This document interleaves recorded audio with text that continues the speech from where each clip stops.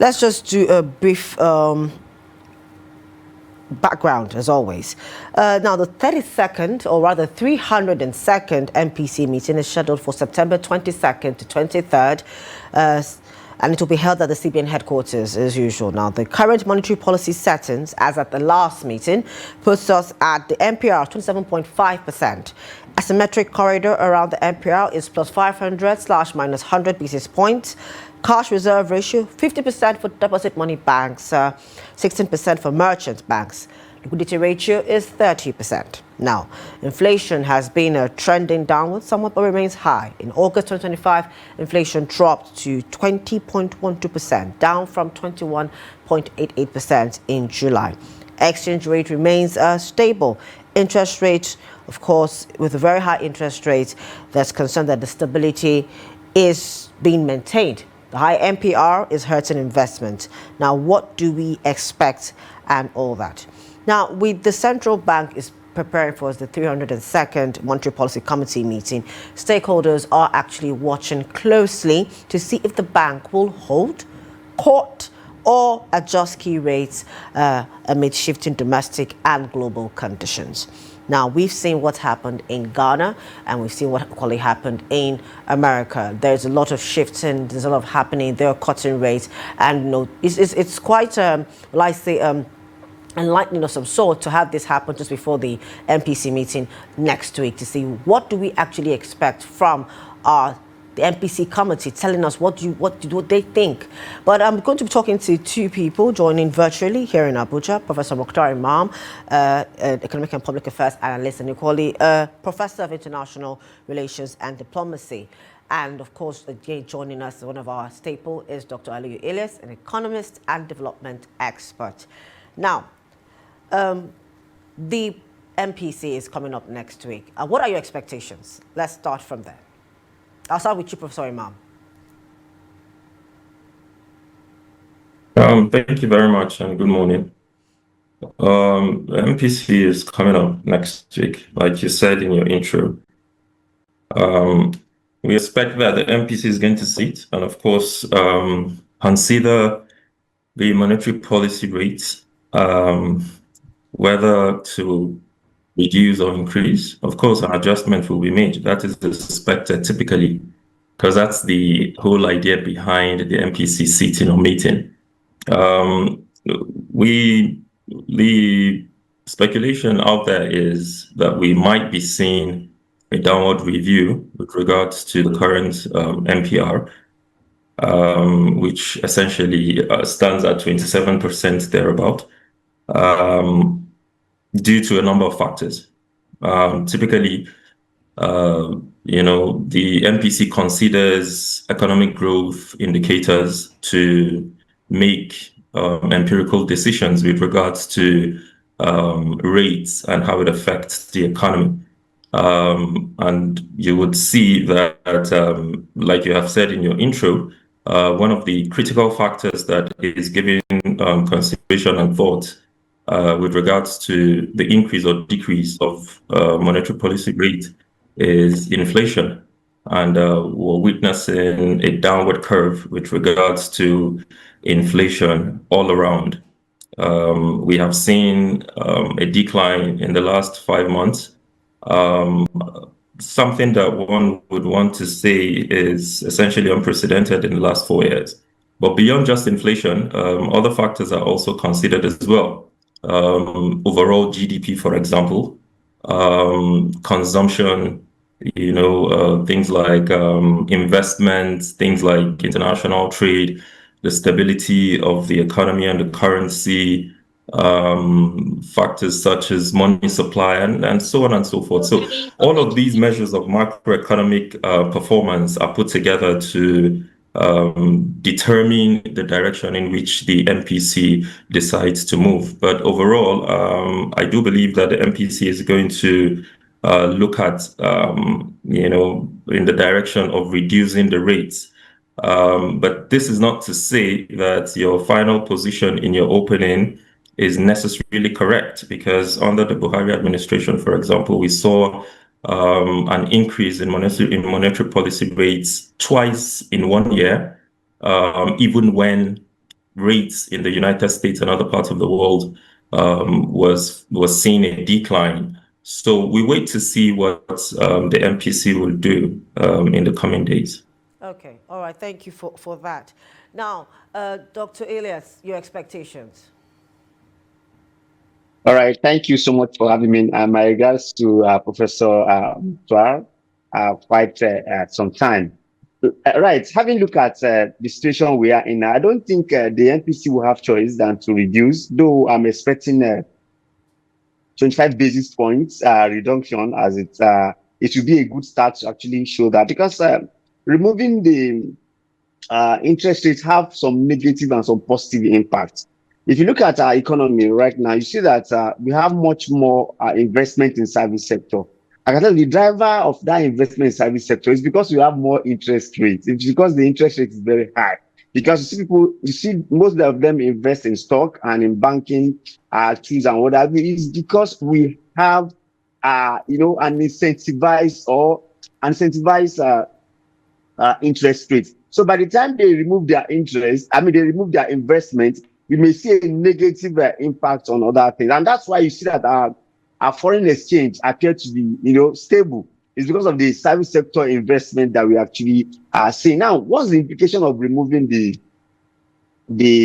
some basis points from it? The implication is that it has positive implication. One, investors, manufacturers, small businesses can have the confidence to approach banks, and it will ease a lot of things for them. So generally, we are expecting that, because we have enjoyed 5 consecutive months of inflation. And I must also tell you this: it appears the government sacrificed growth to make sure that they reduce the inflation. If not, it would have even get to this level before we see them reducing it. So they will not have choice than to actually remove at least 25 basis points from this 27.5%. Okay, so now we've said a few things, talking about the decline in inflation, the last 5 months being, what we've seen so far. Is that actually a strong reason, for to justify a rate cut now? As the professor just said, yes, although other countries are reacting to a decrease in inflation and reducing their rate cuts, however, we in time past have actually kept going up regardless of what's happening in other parts of the country. So does this actually prove a point? Is this a strong reason for us to reduce our rate right now? Right. If you look at what... Doctor, just go ahead. Go ahead, please. We'll come to the professor. Is it for Professor? Doctor, go ahead. All right, please. Thank you so much. So what I'm seeing is that, you recall, let's go back to the reason why we continue to increase our NPR. We will have to go back to the reason. The reason is that there is too much money in circulation. That's the government reasons. They said there are too much money, so they want to contract the economy. By contracting the economy, they think it will actually help. But down the line, you recall that before President Tinubu took over, the states, the federal government and local government share about 700 billion. Now we are sharing close to 1.8 trillion naira. So as that actually is, have they reduced the money? Because if you ask me, I think government is the biggest spender. It's actually giving more money to the states. In fact, the money may not even be trickled down to people in the private sector for more investment. So the reasons for other countries to cut their own might be different from our own. But from what we are looking at and why we are justifying that they should actually reduce, is because of the business perspective. A lot of businesses are collapsing because they cannot go. Remember, if you cannot get money to do business, it simply means you cannot employ. It simply means it will not reflect in our expected 1 trillion GDP expectation. And remember, to have 1 trillion, you must be doing about 10% growth rate to 15% growth rate. So I think it's a different reasons, but for helping the small businesses and the middle class and to create employment, there is need to reduce the NPR. Okay, Professor. Now, do you? Well, yes. Go ahead. Professor? Oh, okay. You want my reaction to that? Please, then Well, I'll get to the next question. all right then.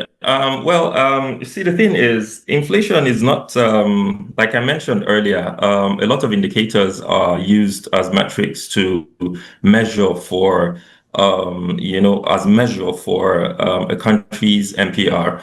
The truth of the matter is, inflation alone is not sufficient as a factor. Whether a decrease or increase in inflation is not in itself sufficient as a factor. Other indices will also have to be considered as well. But here we are again, we're speaking within the realm of speculation. We do not really know what exactly will play out in the coming days when the MPC meets. However, the truth of the matter is this, that a number of factors have essentially contributed to a decline in our inflationary rates. And these factors are not necessarily cast in stone. Essentially, that is to say that these factors are not here to stay. They are dwindling factors that may, react to shock over time. One of the reasons why we're seeing a decline is, yes, a stable FX. And the reason why we're having a stable FX is as a result of a combination of factors. We're beginning to witness an upsurge with regards to earning from oil sales. Of course, as a result of some of the the factors that we're seeing playing out at the NNPC today. We're seeing a new regime at the NNPC. How long this is going to be sustained is something that, we wait to see how that unfolds. And then again, of course, as far as food inflation is concerned, as farmers, we understand that this is essentially the planting season. We really do not know how long we'll have to wait to see how things unfold with regards to availability of food.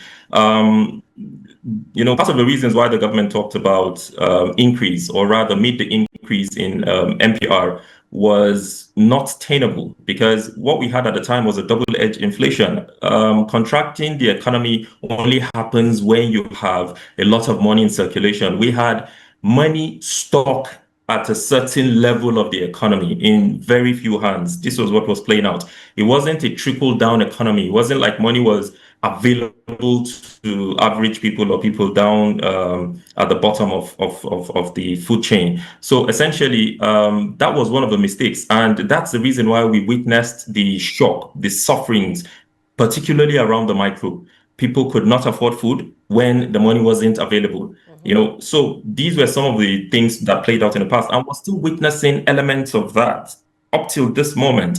Because people are trying as hard as they can to make ends meet. And, so all of these are factors that essentially the government has to give consideration to. But as far as the rate itself is concerned, it did not serve its purpose. It was ill-timed. The increase was ill-timed. It did not serve its purpose, because you see, the reality is this. When you look at our economy, for example, you find that the credit to household, individual, and even private sector ratio is quite low. People do not go to commercial banks to take loan. They would rather go to loan sharks, where it is quick, where they can get the money and put into their business and turn around, where the interest rate is super high. And this is because of the cumbersome nature of, some of the formality and technicality within the commercial banks. How many people take loans, for example, to go to school in this country? The rates are essentially very low. So it's a no-brainer for us to consistently witness. I understand this is just one element of the conversation around the increase in NPR and the segment of economy it tries to target. But this is a critical mass, because the people are the critical mass. So you must ensure that these things reflect down to the people. Remember the revolution we saw in Tahrir Square in Egypt. It wasn't because the economy wasn't doing well on paper. It was because the economy wasn't doing well in real time. People were struggling to survive. People were struggling to make ends meet. Cost of fuel, for example, as we're witnessing now, only God knows what will happen in the coming months with regards to fuel. And you understand clearly well what impact that has on every other sector of the economy, including agriculture as well. So I think it's important that the MPC has a rethink if they intend to increase the NPR. I hope they do not, because again, like I said, it did not meet its intended target, and I do not see it having any meaningful impact as far as the economy is concerned. So yes, inflation is not the only reason. Okay. Now, let's look at trade-offs. What do we expect for them? I'm still staying with you, Professor. Trade-offs does the MPC face between inflation control and stimulating growth? What are the trade-offs that they face? Because I believe they would have to have these conversations in a few days' time. What are the trade-offs that they would face between the inflation and stimulating growth? Inflation control, actually. Truth is, government has made significant sacrifices with regards to growth in terms of trying to curb the inflationary rate as we see it today. But again, like we said, it is a multiplicity of factors. It's not just one thing that essentially gives rise to all of these things. A number of factors have to be credited as far as the downward curve in inflation is concerned. It's not just about, what sacrifices have been made with regards to growth, because you see, ultimately, the truth of the matter is that monetary policy in themselves cannot solve economic problems. It is always a mix of the monetary policies and corresponding fiscal policies. You must ensure that the infrastructures are in place. Else, whatever monetary decisions you're making or steps you're taking will only be short term. These things will eventually return back. Again, recall what I said. Part of the reasons why we're witnessing this, what we're seeing now, is as a result of what is happening between Russia and Ukraine, as a result of a surge, no matter how insignificant people see that, an increase in oil prices, it has tremendously also affected what we're talking about here. The FX rates, we're beginning to see a lot of mop-up. We've been seeing that in the last couple of months, mop-up taxes here and there to ensure that funds are available to tighten up the country's shock absorber, which is essentially its external reserve, because these are some of the things that give investor confidence. However, government has to understand that you must ensure that you have a corresponding fiscal policy. Growth is essential. Without that, your measures for, keeping inflation at bay and essentially ensuring that it doesn't skyrocket is only going to be short term. And so we must do a whole lot with that in that respect, considering or bearing in mind the fact that Nigeria does not live in isolation. We live in a global market structure, and whatever happens in one part of the world affects us. There's a lot of volatility, there's a lot of speculation, there's a lot of instability around the world with regards to what is happening that might affect oil prices and so on and so forth. But what is most essential is that government has to put in place structures. Security, for example, is essential. In the last couple of months, I think available studies have shown that 140,000 hectares, and I believe this has even been conservative, of farmland that is arable, that have been producing food, have been abandoned in northern Nigeria as a result of insecurity. We have been seeing a lot of migration, people moving, from one part of the country to another. In that respect, government has to do a lot in that regard, because you see, what you're doing to the monetary has a way of affecting the fiscal. And so these things have to be worked on pari passu. We cannot constantly talk about growth when we do not empower the private sector, for example. There is no economy in the world where the government alone has been able to do it. As a matter of fact, the government and banks are not supposed to be employers of labor. They are stimulators of economy. And so government must ensure that it puts in place the most conducive environment for people to come in, for private sector. We're not talking portfolio investment. We're talking real-term investment. How many of our manufacturers have been revived? These are some of the things that we need to begin to consider. We have a steel company that has been docile for God knows how long. Okay. We have constantly talked about electricity. Here we are still battling with distribution. Where is Mambila hydropower project, for example? These are some of the things that government needs to begin to give much more attention to ensure that we have a stable economy, which has a strong monetary policy in place and a corresponding fiscal policy. Okay. All right. Thank you, Professor. Dr. Ilias, the professor has said quite a lot there. Now, my question to you is, do you agree with his sentiments on the matter? Right. I think, like we always said, that the challenges in Nigeria is beyond what we can actually put in one basket. It's multifaceted in nature. And like I said, we have some legacy challenges that he has rightly mentioned. And a part of the legacy problem is this insecurity that we're experiencing in it. If you look at our inflation, the major component is if you are waiting consumer price index. The highest one is food components, even though they have reversed it now. It used to be 52%, and maybe after the GDP rebasing, they have now bring it back to about 40%. Even at that, you see that food component is very, very key. So if you can solve the legacy problem, especially the food insecurity part of it, it should have go a long way. And I must also mention this, most time we look at monetary policy, fiscal policy, and we don't want to look at trade policy. See, trade policy is going to galvanize and bring a lot of things to be just like what we just saw with the Dangote coming. It has changed the face of balance of payments, balance of trade. So we must look at all those things and make sure that we look at the long run effects and the positive externalities that they are going to bring to the economy. And for me, I also see that the current CBN have tried a lot of framework. I took my time to count the framework they have embarked on just within these 2 years is over 30. At the point they look at cryptocurrency as a problem, they look at opening border as a problem, they look at the change as a problem. They look a lot of things have been put in place, but to get it right, I think they have to look at it critically and focus on the betterment of because economists generally we are going to look at the welfare of people. No matter how the figures, the stability of the economy, the welfare of people will always count.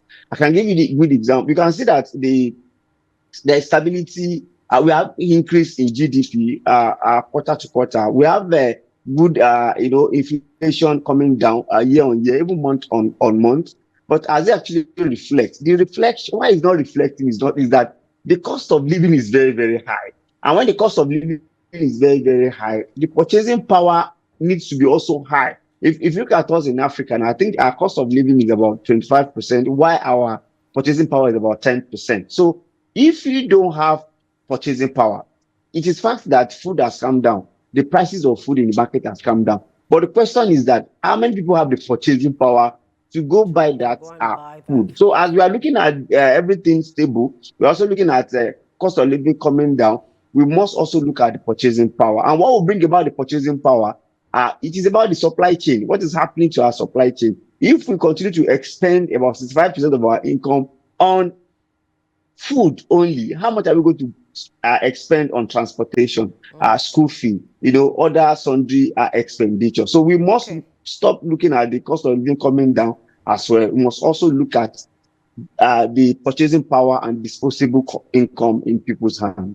Okay. All right. So both of you have mentioned something quite important, the foreign exchange, the naira. So now we're saying that always there's some stability in the foreign exchange. How will that play a role in the upcoming meeting? This supposed stability that we're seeing now in the forex, how will that play a role, Dr. Ilias, if you may? Doctor. Right. So, like I said earlier, for we, I think it's time to start looking at bringing the NPR down. And why are we saying this? I told you my fear earlier that I'm afraid our stock. All right, Professor, if you can. Maybe 5%, bringing it down, but they should show a sign that they are bringing it down. Then, our foreign exchange is also stable because of two things. Now we have much more foreign reserve now. Now we are doing more exports because of the cost of imports. So people are doing more exports. We're also doing it because we're also enjoying that foreign exchange stability because there is interest rates that is very, very high. So these three things, the foreign reserve, the incentivize export. People export because import is very expensive, and people that have portfolio investment. These are the three things they may be looking at. If they also try as much as possible to reduce it beyond some level, it may affect our portfolio investment. If you look at our GDP, the leading sector is still service sector, and we have agricultural sector and industrial sector still suffering. So I think they want to have a cautious focus. Why we also are also looking at them with cautious optimism, that they must just find a way to bring it down to an extent. Okay. Now, Professor, I have one of the questions I have is, what could likely go wrong? One, and it's a two-pronged question. If we cut too early, and if we don't cut, what could actually go wrong? If we don't cut the rate, and if we allow it to stay the way it is? Well, that would depend on what you're cutting. In essence, what's the figure you're looking at? I think whatever cut that's going to be made should be incremental, in as much as my position remains adamant that the increase in itself did not essentially achieve the goal which it was meant to achieve. Opinion differ with regards to how our external reserve or foreign reserve, FX reserve, has been, mopped up, for lack of a better word. But I still do believe that if we do cut, and again, it's going to incentivize. Small businesses are suffering, even where people still do not have very high faith in our commercial banks. A few businesses, tend to approach the commercial banks for expansion and so on and so forth. So I think it is important that the cut happens, because so as to, give breathing space or room to some of the small and medium enterprises we have in the country, because they are an essential, an integral part of the growth of any economy. 5 of the 50 most successful businesses in the world started as either small or medium enterprises. So these are a segment of our economy that needs some relief. They need to breathe. Recall that 65% of the entire population is in the informal sector. And so it is crucial that, some concession is given to allow the individuals within that demography or that category to survive. And of course, with what we have seen, I think our FX reserve is at around $4 billion US, if I'm not mistaken. That should give the CBN room to wiggle, which should allow it some space to be able to put in place some of these policies, i.e. reducing the MPR. The relative stability that was seen in the Naira, of course, is another factor that should help, the CBN to look in the direction of making these cuts, to see a reduction. However, if we cut so much, the challenge with that is that we might begin to see that some of the shock absorbers we have put in place, some of the things we're looking to as mechanisms or frameworks or factors to help cushion the effect of the cut, might come back to haunt us. I gave you reasons why I do believe that FX has risen. We might see stability in the global market, which could in turn affect the Naira as well. Only God knows what will happen between Ukraine and Russia in the coming months or years, and how that is going to essentially affect Forex in the country. So I think my position is ultimately to see a cut in the MPR. have to go. I apologize. We have to actually go. Our time in the studio is far spent, and we need to leave for the news to come up in a few minutes. So thank you so much, Professor Mukhtar Imam, for sharing your insights, as always, with us on the Business Daily. And Dr. Aliyu Ilias, thank you again for joining us on the program, sharing your insights on what to expect from the 302nd MPC meeting coming up next week. Thank you for having me. My pleasure. That's the much we have for you this morning on the program. It's been quite a very insightful and educative one. So still same place, same time tomorrow to stay with us. Bye for now.